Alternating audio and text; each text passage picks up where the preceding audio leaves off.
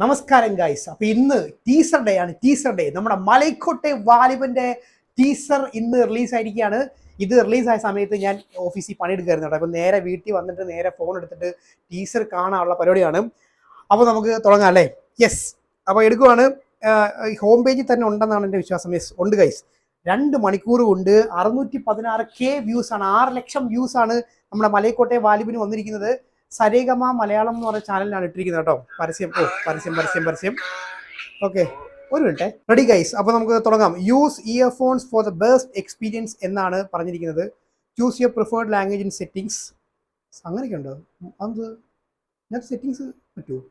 ഭാഷ max lab, amen, yes of course, Saregama.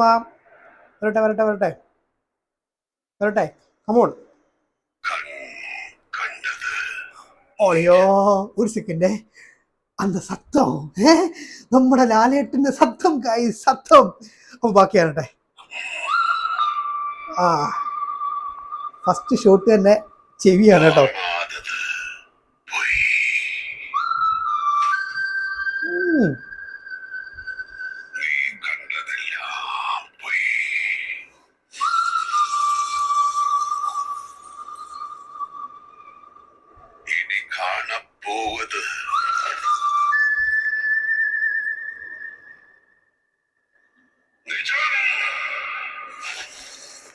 Nice shot.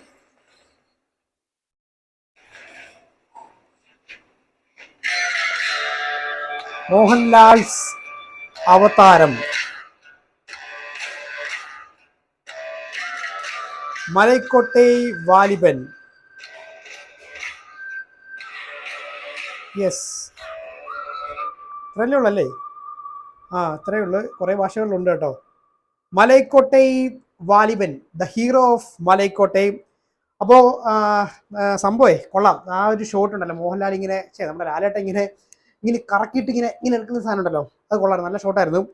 പക്ഷെ എല്ലാം കൊള്ളാം. ലിജു പെല്ലിശ്ശേരിയാണ്, ലാലേട്ടനാണ്, എല്ലാം ഓക്കെയാണ്. പക്ഷെ ഒരു കുഴപ്പം എന്താണെന്ന് വെച്ച് കഴിഞ്ഞാലേ, എവിടൊക്കെ ഒരു ഒടിയൻ്റെ മണം ഇങ്ങനെ വരുന്നുണ്ട് കേട്ടോ. ഈ ഒരു ഇത് കേട്ടിട്ട് നല്ല പവർഫുൾ വോയിസ് ആണ് ലാലേട്ടൻ്റെ.